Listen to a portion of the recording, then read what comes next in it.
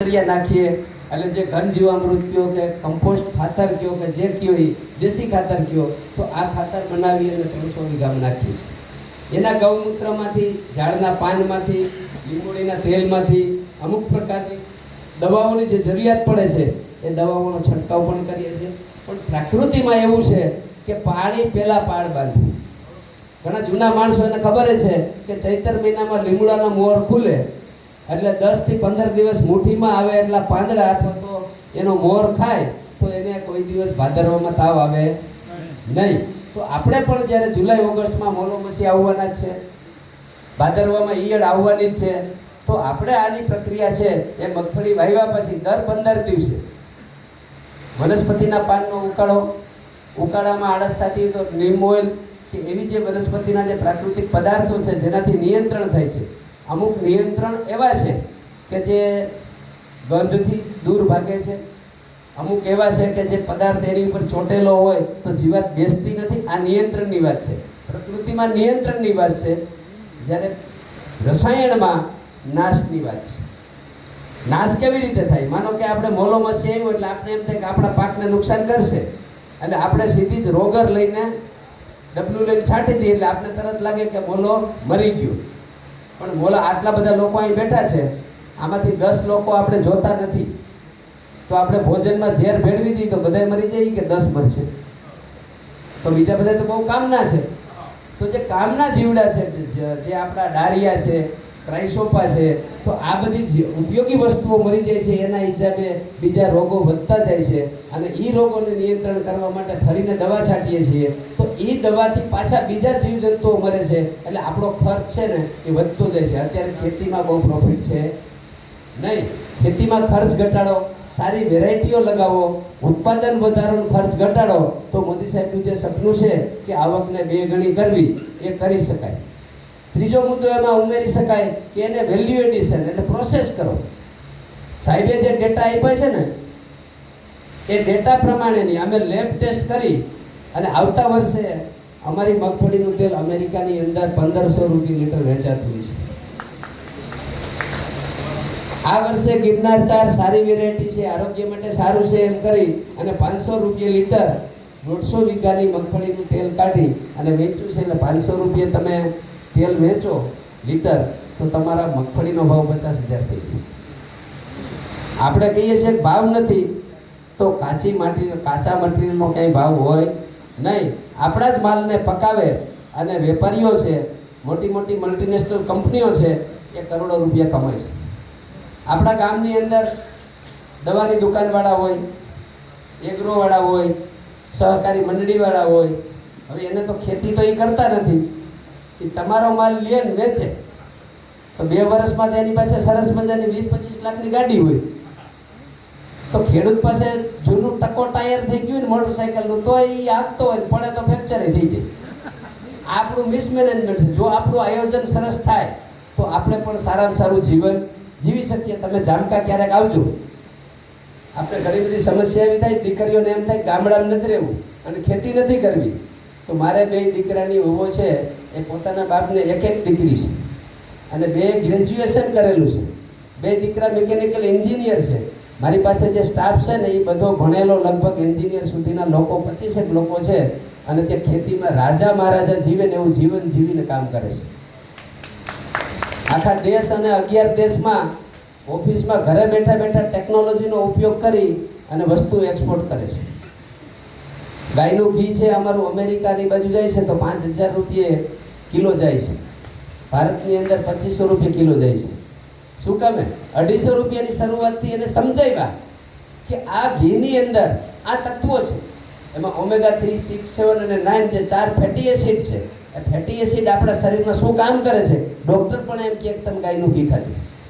જેમ સાહેબે મગફળીના તેલની વાત કરી, એમાં જે ઓલિક એસિડ છે અને બીજા 3 પ્રકારના એસિડ, મને અત્યારે નામ ભૂલી ગયો છું, પણ એ પણ એના ડેટા આપણે કઢાવી આપણે આવડા મોટા મગફળી સંશોધન કેન્દ્રના સાયન્ટિસ્ટો બેઠા છે, એમના આશીર્વાદ અને સહયોગથી આ બધા ડેટા લઈને આપણા માલ ઉપર એનું લેબલ લગાડીને વેચશું તો આપણે ખૂબ સારી એવી કમાણી પણ કરી શકશું ને આપણે પણ સદ્ધર થશું। જો આપણી ઇન્ડસ્ટ્રી એટલે ખેતીની અંદર જો આવક હશે તો આપણા બાળકોને 10-12 હજાર રૂપિયામાંથી બીજાનો માલ વેચવા માટે રોડ ઉપર નહીં ફરવું પડે.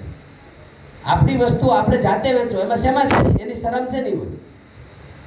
મારે 6 બહેનો અને હું એક ભાઈ. મેં ખેતીની શરૂઆત કરી, ભણવામાં બહુ ટકા આવ્યા નહીં. કોલેજમાં બાઉદીનમાં એડમિશન ન મળ્યું, બીજે ભણવું નહોતું, એટલે વાડીએ જતો રહ્યો. એટલે મને કે આ ગાંડો આવ્યો પાછો. મેં કીધું કાંઈ વાંધો નહીં, ગાંડો કોક દી કાંઈ આવે. એમ કરીને ખેતીની શરૂઆત કરી. કાચી ઈંટોના 2 મકાન હતા. 300 રૂપિયાની જૂની સાયકલ 2 દિવસ રેડ્યો ત્યારે લઈ દીધી ફાધરે. ચામકા આવીને કોકને પૂછજો, આજુબાજુમાં શેઢા પાડોશીને પૂછો ને કે આ ફી વર્ષ પહેલાં કેવું હતું, તો તમને કહેશે. કોણ કે ખેતીમાં આવક નથી? પણ ખેતીને યોગ્ય પદ્ધતિથી પશુપાલનની સાથે ગૌપાલનની સાથે જો ખેતી કરવામાં આવે તો 100% તમારી 20 વીઘા જમીનમાં 6 લોકોની રોજગારી સારામાં સારી ચાલે અને સારામાં સારું જીવન તમને મળે. સારામાં સારું જીવન પૈસાથી નથી મળતું. તો ઘણા બધા સેલિબ્રિટીઓ એવા છે કે જેની પાસે દેશના સૌથી વધારે પૈસા છે, એને સ્માર્ટ થવું છે, થઈ શકાય નહીં. એ જો આપણે પ્રકૃતિની વચ્ચે રહીએ, પ્રકૃતિની વચ્ચે જે ઉત્પન્ન થતો ખોરાક છે, પ્રકૃતિમાંથી મળતી જે હવા એટલે ઓક્સિજન છે, અને આપણો જે મગજ છે, આપણા શરીરના 3 ખોરાક છે. શરીરમાં પેટમાં ખાઈએ એટલે આપણું શરીર બને. એ કરોડો કોષોના શરીરને ચલાવવા માટે બીજો ખોરાક છે આપણો હવા. હવા એટલે ઓક્સિજન. એ ઓક્સિજનથી કરોડો કોષો એક્ટિવ રહીએ. તમને છાંયો હોય, સરસ મજાનું ઝાડ હોય, સવારમાં કેવો આનંદ આવે. એ ઓક્સિજન ભરપૂર માત્રામાં હોય એટલે તમને આનંદ આવે, સ્ફૂર્તિ છે એ શરીરની અંદર સ્વયં ઉત્પન્ન થાય, એ બહારથી કંઈ મળતી નથી. અને ત્રીજો ખોરાક છે મગજનો. તો મગજનો ખોરાક છે પોઝિટિવિટી અને વિચાર. અહીંથી જે વિચાર લઈને તમે જાશો, અહીંયા લગભગ 250-300 લોકો છે, એ 3000 લોકો સુધી 2 દિવસમાં વાતને પહોંચાડી શકે જો તમારી અંદર પોઝિટિવિટી હોય તો. બાકી આપણે જઈને વાતો કરીએ કે સાયન્ટિસ્ટો વાતો કરે, આવું કંઈ થાય નહીં. તો એ નેગેટિવિટી છે. એટલે મગજનો ખોરાક છે પોઝિટિવિટી અને વિચાર. જો આટલી 3 ખોરાકની બેલેન્સ તમે જાળવી શકો, આપણે દેશનો હિસાબ નથી કરવો. 20 વીઘા જમીન હોય તો ભાગ્યું દઈને પછી નરેન્દ્ર મોદી શું કરે ને, હાઈનો ડેટા છે ને ઓડિટ સાથે રિપોર્ટ થઈ ગઈ. પછી કે ખેતીમાં કંઈ થતું નથી. ખાતર તો કે નાખવા ગયો તો કઈ વસ્તુ આપણે નાખો, કોઈ કંઈક મહેમાન આવ્યા તો એને જમવાનું નાખવા ગયો તો એમ કહેવાય. ભાવ અંદરથી જે ભાવ પ્રગટ થવો જોઈએ. આપણે ઇઝરાયલ, હું ઇઝરાયલ જીવ્યો છું, જાપાન, જર્મની, કોરિયા, થાઈલેન્ડ, આ બધા દેશોમાં ખેતીના અભ્યાસ માટે ગયો છું. પણ ત્યાંની ખેતી સફળ શું કામે છે? એ પોતાના કામને પ્રેમ કરે છે. જે વ્યક્તિ જેને પ્રેમ કરતી હોય, ભલે નિર્જીવ હોય, મૂર્તિ હોય, એને પ્રેમને ભાવથી જો એની પૂજા કરતા હોય ને, તો એમાં જે તાકાત છે ને, એ દુનિયાની કોઈ તાકાત તમને એની સક્સેસ કરવામાં નહીં જાય. એક પ્રેમી એની પ્રેમિકાને પ્રેમ કરતો હોય અને કાંઈ પણ કારણોસર મળે નહીં તો હસતા હસતા ગળું કાપી નાખે ને એવા દાખલા જોઈએ છે. આ પ્રેમની તાકાત છે. તો તમે એ પ્રેમ નથી કરવો, પણ આપણે આપણી ખેતીને પ્રેમ કરીએ, આપણી ગાયને પ્રેમ કરીએ, આપણા પરિવારને પ્રેમ કરીએ, તો આપણું છે એ લોકો કરતાં પણ આપણી જે સ્કિલ છે, આપણી મહેનત છે, એને દુનિયામાં ટોપ ઉપર લઈ જઈ શકીએ. આજે ચાઇના આટલું આગળ આવ્યું હોય, ઇઝરાયલ અને ચાઇનાની કમ્પેર કરવામાં આવે તો હું એમ કહું છું કે ચાઇના જેવી ખેતી દુનિયામાં કોઈ ન કરી શકે. હું એક વાડીએ ગયો તો, ત્યાં 70 વર્ષના માજી હતા, પગમાં હોલ બૂટ પહેર્યા હતા. એની વાડીએ ગયો એટલે મેં આમ જે બારીકાઈથી જોતો, હું અહીંયા આવું ને તો જો સાહેબે કેવું ટ્રેક્ટર રાખ્યું છે, કેવું હોળની રાખી છે, અને સારી વસ્તુ મગજમાં કેચઅપ કરવા માટે. એમની પાસે એક કોદાળી અને એક ખપારી, ઊભા ઊભા નિંદામણ થાય ને એવી, આપણે વાંકાવળી નીંદી એમ નહીં, એ ઊભા ઊભા નીંદે છે કોદાળીથી. થર્મોકોલના ખાલી થયેલા થોડા બોક્સ હતા, એમાં પાણી પી દીધું. એક ડોલ હતી અને એક ટમ્બલર હતું. એટલે હું કાંઈ ઇલેક્ટ્રિસિટી, ડ્રીપ ઇરિગેશન, એટલે કીધું કે નો, આઈ હેવ નો, એટલે કે કાંઈ નથી. તો ખેતી શેનાથી કરો? એટલે એને પાણીની ડોલ ભરી, ડોલ ભરીને 1 વીઘાની અંદર એક છોડને ડબલે ડબલે પાણી પાતા. એના તમે મૂળા જોવો, એના સકરિયા જોવો, એની જુવાર જોવો, એનું શાકભાજી કોબીજ જોવો, તો તમને આશ્ચર્ય પામી જાય. મારી પાસે એના વિડીયો છે, હું બનાવીને મારી ગીર ગોપી ફાર્મ યુટ્યુબ ચેનલ છે, એમાં બધું મૂકવાનું છું. 5 વાગે ત્યાં લાઈનમાં રાખી દે ખેતરની બાજુમાં, ત્યાં બેસવાનું નહીં, બાજુમાં પૈસા અને એક કુંડા જેવું રાખ્યું હોય અને શાકભાજી આગળ ગોઠવેલા હોય.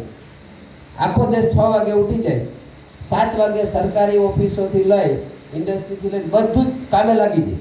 7 વાગે આખો દેશ કામ કરતો હોય, 5 વાગે આખો દેશ કામ બંધ કરી દે. 5 વાગ્યા પછી લાઈફને જીવે. આપણે લાઈફને કોઈ દી જીવવા જ નથી. જીવવું હું એ જ ખબર નથી, ખાવું હું એ જ ખબર નથી, કામ કેમ કરવું એ ખબર નથી. તો આ જે પદ્ધતિઓ છે, આ દેશ સક્સેસ દેશોની વાત કરું છું હું. આપણો દેશ નબળો છે એવું નથી કહેતો. આપણા દેશની અંદર જે તાકાત છે એવી દુનિયાના કોઈ દેશમાં ભૌગોલિક સ્થિતિ પણ નથી કે આખી દુનિયાને તમે ભેગી કરો એટલે ભારત દેશ બની જાય. ઠંડા પ્રદેશ, રણ પ્રદેશ, જંગલ, જૈવિક વિવિધતા, આ બધું આપણા દેશને કુદરતે એકમાં જ આપ્યું છે.